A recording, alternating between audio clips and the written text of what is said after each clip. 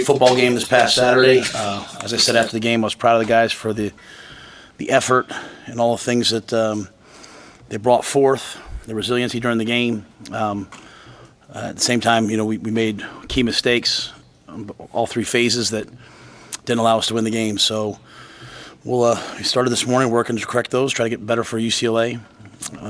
Really an excellent, talented football team that's had a really, really tough schedule, playing their best football of late. So we have our work cut out for us. So we'll try to make the improvements from the Ohio State game to the UCLA game the same way we did from Indiana to Ohio State. So with that, I'll see what questions you guys have. Coach, you mentioned after the game on Saturday, you felt like it was the first time, felt the championship mindset in the locker room. What kind of intangibles go into that, and how do you kind of instill that same mindset for the rest of the year? It's really hard to play with the confidence to understand that, hey, if I don't make mistakes, I'll win. At the same time, play without being afraid of making mistakes.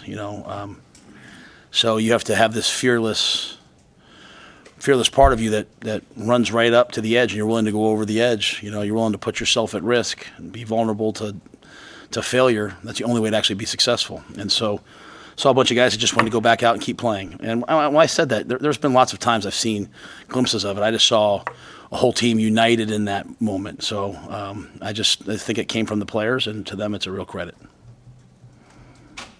Expect to have Ramir or Tommy back this week? I don't know Tommy. Ramir's back. He'll practice tomorrow. We hadn't seen Dylan scramble a whole bunch this season till that game. He had mentioned that you guys saw maybe something on film, but he also mentioned that there was a kind of a focus on him doing that in practice. Is that something that he just added to his repertoire this weekend? I mean, it looked pretty good when he did it. Yeah, I think one of the key things from Dylan is he can do it, right? He has, he can do it, and he has the ability to scramble and look down the field, but then also take advantage and run. I think one of the really cool things I'm having a chance to experience with him is watching him grow each week. I think in the Indiana game, there was a play where he started to scramble and stopped and threw it back. And as I watched the game with him, he was like, I should have run it there. And I don't even know if that's right or not, but that's what he took away from it. So I think he, every week, is trying to find 1, 2, 3 things to improve upon. We heard Coach Day's press conference last week, and we heard him talk about why, when I watch their defense, I think it's, they look like a big-time defense. They were taking a lot of questions about why aren't about their defense, and he talked about doing some different things, and we were all kind of like, you play a team coming off a bye, it's like you better be ready for anything to come out. There was way more man-free pressure. Usually, Larry Johnson defenses is 4-man rush and hey, let's go eat. There was way more pressure, and so part of that was him navigating that, recognizing that in the game. But when you bring man-free pressure, if you pick them all up, there's no one for the quarterback. And so he got out and he took off and ran. And to me, it's like Dylan's got like an algorithm in his brain, and so every time you add something to it, it's like, hey, I can do this against this. So he added it. So in terms of during practice, I just think he's always trying to improve, get better. From the UTEP game until the last drive against Ohio State. Better and better and better. So much of that game was, hey, getting the right play here, getting the right play there. You think about, you're a freshman quarterback. You go out in front of 100,000 people, all of whom have a feeling about you because maybe you were once committed there. Another one of your freshmen drops the opening kickoff return. You start with the ball on the 8-yard line. You bobble the opening kickoff. And what I loved about what Dylan did was he just settled down, right? He gave us chances. If you go back over the last 4 games and you calculate in all the defensive pass interference yardage we've gotten because we throw so many go balls, that would add into kind of what he's done passing game wise. But I think the things that he sees, the things that he's improving upon, this is there's no better teacher than experience. I think he's getting a ton of experience, and they threw a lot of things at him this week. Rutgers threw a lot of things at him. They threw a lot of things at him this week, though, more than he's seen in the past. And I thought he adjusted and handled it really well. He's clearly shown that he has the ability to drop those balls in on some of those lofted throws. On the couple that, at least the one to Banks that he missed, what kind of discussions have you had with him, or have you heard him have in being able to hit those, and what leads to that being fixing that?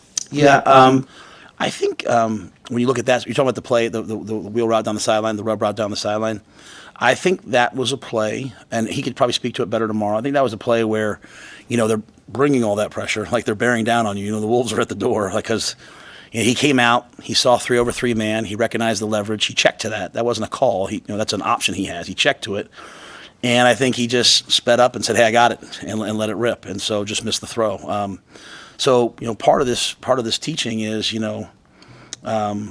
is going back and looking at all the things you do well. He has the ability to go back and look at all the things he does well, and the things you do well should give you confidence. The things you don't do well, that's what spurs you forward. And so, he missed that throw, and then just kind of like a why. Like, hey, why did you miss it? Was it bad mechanics? Was it that you sped up because you saw these things and you knew you had a touchdown, you want to get the ball out of your hand? So when I watch the game with him, I watch the game with him usually in a different light, kind of as the head coach. Glenn's going to do all the football stuff. But for me, it's always, hey, here's these 6, 7, 8 plays. Why did they happen? Does that make sense? And so I'll let him tell you, his thoughts on it, because but to me, I just think, you have people coming at you, you see him open, he knows what's going to happen a lot of times before it happens, and sometimes that anticipation leads you to hurry. And I thought he didn't hurry. How do you think Dante ran it, and did you find some things in the run game in the second half that you liked that maybe you can push forward? Yeah, it goes back to what I said last week. When people don't really blitz us and pressure us, we're a good running team. We struggle when people pressure us. Dylan did a good job of when they weren't pressuring us, getting to the right run. We ran some wham plays and some trap plays, which are really good plays. We got the ball to the second level. We need at some point one of these plays to go for 80. And I'm not throwing anyone at it. It's just like that's what we're working on every day. We're working on constantly. Now, Dante, he's a big back. He's going to punish you, right? And then the Ramirez and Emmets come in. They hopefully make you miss and take it further. But I thought in many ways there were some really good things in there in the plan. And then part of it is then when they do pressure you, you're throwing those fades, you're throwing those go balls, you're trying to take advantage of man coverage, hoping to hit them. And we hit some. We got some pass interference and extended drives on others. Matt, you received a statement back from the Big Ten on an officiating call on the Emmett Johnson run. I mean, just what were your conversations like with the league and Troy with the league just over the last 24 hours? Well, I'll first say this. I commend the league for putting out a statement. The worst thing I can do is get up here when I'm trying to get our team to turn forward to UCLA and be talking about, the calls that went against us in a loss. I think that's very forward thinking of, Commissioner Petiti and of Bill Carollo, who's the head of officiating. And I think it's what should be done. We all just want transparency in everything, right? Hey, I come here, you guys ask me what happened on this play, what happened on that play, right? And to do my best to be transparent and answer them. So I appreciate the statement. That was a game, you guys hear us talk about situational football. We're trying to master the last drive of the half, the last drive of the game. When you have one timeout and you think it's a spot, it just makes it hard to coach, right? So that was difficult, and they addressed it. And that's really all I want. I will say this, I think one of the hardest jobs in the world right now is to be an official. I grew up in an era when I played college football. I stood next to Coach Paterno. The officials went out there. They had their whistles. They threw their flags. There weren't 52 camera angles because every game's on, national TV.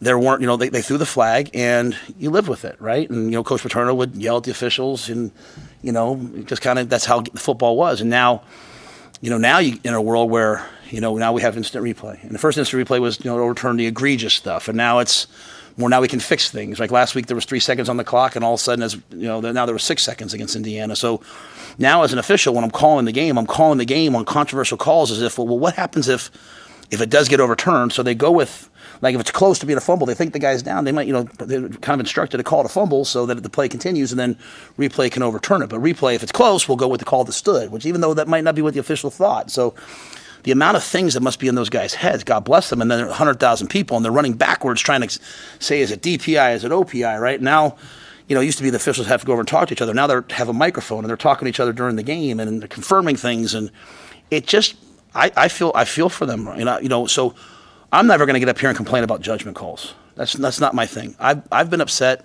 or I've talked about really replay. Like last year we had 3 replays that the next day they said, hey, replay was wrong. That's hard for me, right? And it used to be replay was in your own building. You'd see the replay official before the game. He was going to go up and make the call. Now replay goes off to a central site somewhere, and it's probably the best system in the world. I just, I advocate for the players. I advocate for the coaches. I'm also going to advocate for the 8 guys out there calling the game. I'm going to sit there and give them my opinion at times. I never cross the line. I do want to say this because my daughters and, I want every person in Norfolk and Tacoma and everywhere in the state. Both times I've gotten a flag this year, the next day they said never should have been a flag. So I don't disrespect officials. I stay on the field. I coach the way I've coached the last 12 years, aggressive, but defendant, and no one on my sideline talks to the officials. Officials will always tell you we're disciplined. So I appreciate the statement, but I do want to say it must be really hard to be out there making those calls. And there was a really controversial OPI in the Ohio State-Oregon game, right? And they called offensive pass interference. And so what ends up happening is over the next couple of weeks, the officials, there's all these points of emphasis and all this stuff, and they're talking about OPI, and they're talking about OPI, and then all of a sudden we show up, and we get 2 OPIs, on the last drive of the half and on the last drive of the game. Now, you guys have watched this. I don't know how many OPIs we've had this year, offensive pass interference. But these points of emphasis, that kind of hit you each week, something happens and we change the kickoff return mechanics. Like, as a coach, I can't change what an 18-year-old does or a 22-year-old does on 3 days' notice. We went through camp. We go through all the officiating training. Officials come to practice. We're told to do things a certain way. And then as the season goes on, as things happen, man, the officials have to adjust. Well, we have to adjust. And all of a sudden you get into a game like this and all this stuff happens. So I appreciate the transparency. I do want to make sure everyone understands where I stand, though. I advocate for the officials. I think we should let them call the game, and it shouldn't be all this. It shouldn't change as much as it does based upon this and that. We should just let them call the games and live with the result, right? Like we live with the players' result. So I appreciate that. Some tough things went against us. We've had replay go against us. We've had my penalties go against us. I don't want any more apologies on Sunday. Like, it can't happen against UCLA. It can't happen against Iowa. These things can't happen moving forward. And so I'm very forward thinking. I appreciate, Bill. I appreciate Tony. I appreciate Troy. I appreciate everybody. But it can't keep happening to us. It needs to be fair. And that's not about the guys making judgment calls. They got a tough job. I just want to tell us what the rules are, and we'll kind of go from there. And so that's my take. I hope it's okay that I say that. But we're not going to sit here and whine about whether it was a hold or not. During the game, I'm going to yell when they false started. I yelled, "Hey, that's a false start!" Like that's a not hold, no hold. That's a false start. But then the play's over. We play the next play, and we got to play better. Before we can worry about the officials, we need to worry about ourselves. Had a lot of success with those kids from Miami. We haven't talked as much about Willis, but he played some quality snaps for you. How have you seen him progress as the season has gone along? Yeah, Willis is earning it. I think it's the biggest thing. Like, he's so talented. He's earning it with his preparation and what he does in practice. It's a hard position because you're really playing 3 or 4 positions. Sometimes you're a DN, sometimes you're an outside linebacker, sometimes you're a will backer. And I think he's got great mentorship in that room from MJ. And I thought we got production out of him, which was awesome. So his snaps will continue to go up. And the biggest thing is, like I said, I'm proud of him because he's earning them. He's earning the snaps. Like, it's not just his talent; it's his production, which comes from what he does in practice. I've been really pleased with him in practice, and I think you'll see a lot more of him moving forward. You guys are 2/3 of the way through the season. Season goes really fast, right? But if you could maybe summarize what you think you guys are really good at on both sides of the ball, and maybe special teams too. Do you have a sense of that, or is it still a little bit in flux based on the last 3 or 4 weeks? Yeah, I mean, I think we faced 2 top 10 teams the last 2 weeks, right? And it's as I said after the game, it's way easier to focus on what we're not good at than what we are good at. I think for me the best thing to do is just focus on UCLA right now. Because I think honestly, Sam, to be quite honest, I think this week will tell us where we are coming off those last 2 weeks. Then when we hit the next bye, I think we can see kind of, hey, down this 3-game stretch, everything that we do is, we talk to our guys about, hey, football and college football is about November, December, and January, right? Like, we beat Colorado and everyone left Colorado for dead, and Colorado's alive and kicking, man. They're doing a great job, right? And when we played them, we were like, man, they're pretty good on defense, and they're pretty good here. So, we've been through all these good things, these bad things, these tough moments, these hard moments, and here we are. We have 4 games left. Games that in the preseason, probably a lot of people thought, they'll be underdogs in these games. They'll struggle to beat these teams. We'll find out. We're going to play them. I will say, I think our team, our mindset, we learned a lot the last 2 weeks, right? Like, we learned a lot the last 2 weeks, and now we have to carry it forward against UCLA, then get to a bye week, and then play 3 more. So, the same intensity we had last week because we were embarrassed 56-7. We have to have that same intensity this week. And that's when you hear me talk about process and all those things. Sometimes when players are young, they think I'm saying, hey, it's okay to lose, just do your best. That's not what I'm saying. I'm saying, like Coach Paterno said, wake up every day running scared. All I focus on in our offices, Sam, is what aren't we good at? Not what we're good at. You know what I mean? Like in there, I'm like, hey, we got to fix this. We got to fix that. We got to fix this. You just hope over time they get less and less and less. As it pertains to UCLA, they're going to challenge you with their run defense. Like they are big and physical and athletic on defense, and teams that normally run the ball really well struggle to run it against them, and then they pressure you and play man. All the things that at times have bothered us. So this is a real opportunity for us this week to show that we fix some of those things. And then offensively they are a sophisticated. It's a sophisticated offense that can run the football, but really, really can throw it as well with a sophisticated NFL passing offense. So, for all the good things we did, we gave up 3 explosive plays in the passing game last week. We'll have to show that we can handle that. And then special teams wise, we're making such great growth in some areas, and then all of a sudden something pops up like field and kickoff returns all of a sudden, So we have to continue to find a way to make plays in those areas. Johnny kept us in the game, so just keep finding the next thing to improve. So that probably doesn't necessarily answer your question, but I think the best thing that we do as a team is we improve. We get better at the things that are beating us.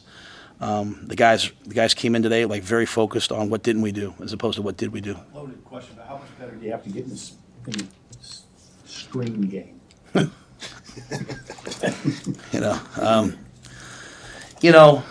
I'll be very humble when I say this.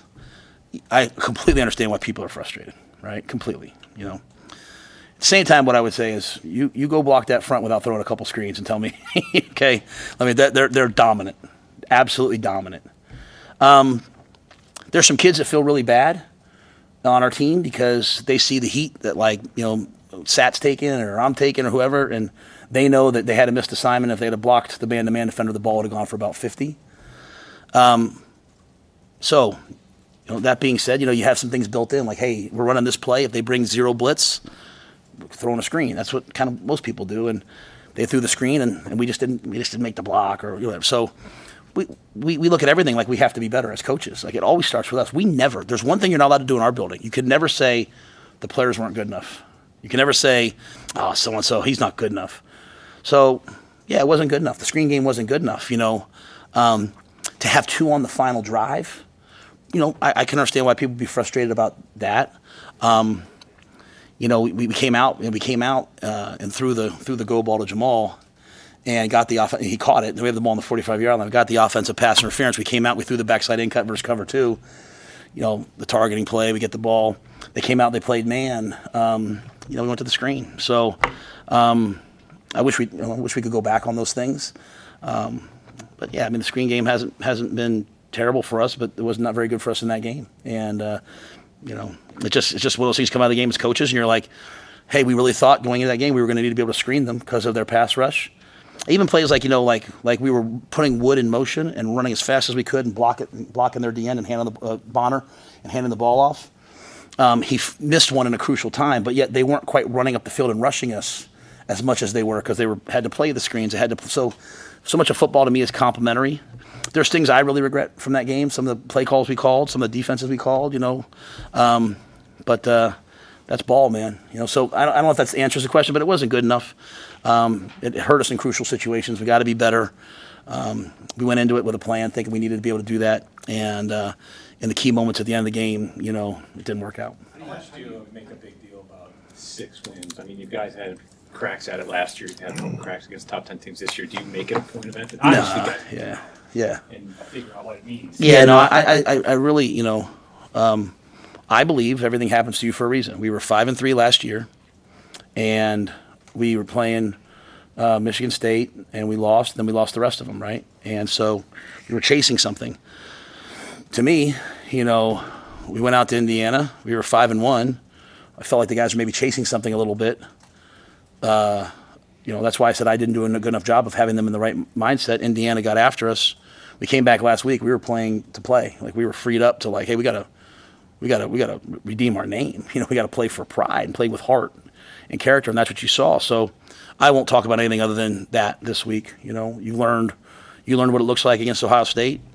So carry it forward, and we'll do that each and every week. I asked you last week about the defensive film against Indiana. It would be fair to ask you again this week. What did you see on film against Ohio State that popped out at you from your defense? Well, I think it starts with you should start with stopping the run, but I think a very important thing, because I've talked about it a lot here, is if you want to run the football, you have to be good on third down. Because if it's 2nd and 7, you're probably going to run the ball to get it to 3rd and 3, 3rd and 4, and you better be able to convert those. And for us to be 1 of 10, hold them to 1 of 10 on third down, to me, never allowed Coach Kelly and Coach Day to call multiple runs and try to wear us. Because really when you watch what they do, they throw the ball on the perimeter, they try to wear you out, and then they come downhill and run it right at you. I thought our guys won third down, so we were able to get off the field. And that way we covered them. We did a good job. We also stopped the run, right? I mean, I think those two things go in hand. We stopped the run. We got off the field on third down. The key Achilles heel was we gave up, 3 big plays. And it's hard to win versus quality offense when you give up big plays, which goes back to kind of when you guys asked me about our offense. I say, hey, we're not creating enough big plays, right? So but I thought that's what the defense did well. And I think when you watch some of the guys play, I thought it was the best our defense looked, not the results. I thought it was the best some of our guys on defense have looked to this date. They played with a unique, just relentlessness that now they've put it on tape. So they have a standard now that they have to match. UCLA is making this transition to a new conference. Is it for a team like UCLA to make a transition into a league like the Big Ten? Yeah, I mean, it's even me coming here last year, right? And it's your first time in the Big Ten, learning the structures, learning the personalities, learning the towns, learning the travel, learning the style of play, learning the weather. All those things matter, So, I think when you go into a new conference, you're kind of trying to figure out, hey, who wins in this conference? The unique thing here is I think we've all joined a new conference. Like I said, think about who we're playing this week. You guys have been covering Nebraska for a long time. Seeing a Nebraska-Ohio State game is pretty common, right? But having that followed up by, UCLA then USC is not common. So I think we all are just kind of in this period of trying to recognize, what the conference is, the effects of travel. Imagine had this been an 11 o'clock game for them, right? They'd be kicking off when I was at UCLA, we went and played Kansas. It was an 11 a.m. start. We had a 5 a.m. West Coast wake-up time. That was a challenge. So I think all those things are, unique. And then how it affects you in recruiting. I think when you go to different conferences, you're trying to figure out where you want to recruit. Because when we talk to kids now in California, they know that they're probably going to have Nebraska go out to California every year. We're probably going to have a USC or UCLA game every year. And so that can be a cool thing in recruiting. So, we're trying to do that. I'm sure they're trying to figure out, USC is recruiting kids here in Lincoln, Omaha. So just changes kind of the whole footprint, I think, of everything. And then I think the whole thing, I think we're all seeing a whole different version of college football now moving forward, right? I think every team in the SEC has a loss. Though there's still 3 unbeatens in our league, or 2? Is there 2, 3? So that'll probably at some point change because some of those guys are playing each other. So I think just college football in general is changing. Would you and Tony White have ever found each other if it wasn't for UCLA? No. We didn't spend much time together there. That's what's unique about it. Just kind of he's just a really good dude. So when I met him, we kind of hung out a little bit. And then as he was in coaching, we actually reconnected a couple years ago because a player was leaving Baylor, transferring out, and they were going to take him. So we talked on the phone a bunch about it. And I just love what he's done as a coach. I love what he did at Syracuse, and I think the job he did last week is really a lot. Sometimes you talk about coordinators becoming head coaches, and being a coordinator and being a head coach are 2 completely different things. I've given those analogies before. I thought what he did last week to get his guys back and ready to play was head coach like. You know what I mean? That's what head coaches do. They've got to have their teams bounce back from adversity and not be complacent with success. And so I thought Tony did a great job in that. But yeah, it was good. He was a good player, but really good coach in person.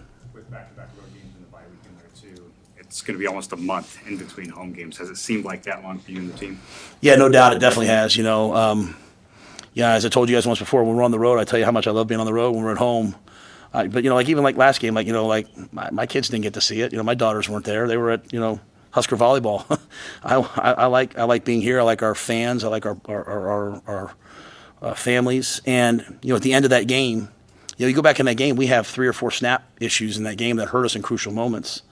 Being at home with our crowd and the crowd noise and all that, it's really, really, really an advantage for us. I was hoping it was going to be windy and snowy, but whatever it is, it'll be great, and it'll be great to be back home. Hey, Thomas Fedoni's maybe had 2 of his better games the last 2 weeks. More chemistry with Dylan.